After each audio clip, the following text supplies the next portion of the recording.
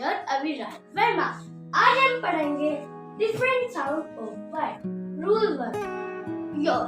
जब भी word starting में आता है या मिड में आता है उसको हम य पढ़ते हैं। लाइक योर, वाई स्टार्टिंग में आ रहा है, वाई स्टार्टिंग में आ रहा है, लेयर वाई मिड में आ रहा है। रूल 2, जब भी लास्ट में वाई आता है उससे पहले वन साउंड आती है उसका हम आई पढ़ते हैं। लाइक सक आई वन साउंड आ रही है स्काई, कर आई वन साउंड आ रही है cry, let I one sound आ रही है, पर आई वन साउंड आ रही है।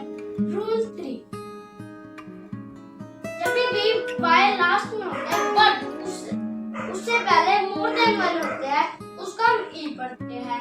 लाइक वेरी, वाई लास्ट में आ रहा है उससे पहले वन से ज्यादा है। 40, बनी, मैनी, फनी। Thank you.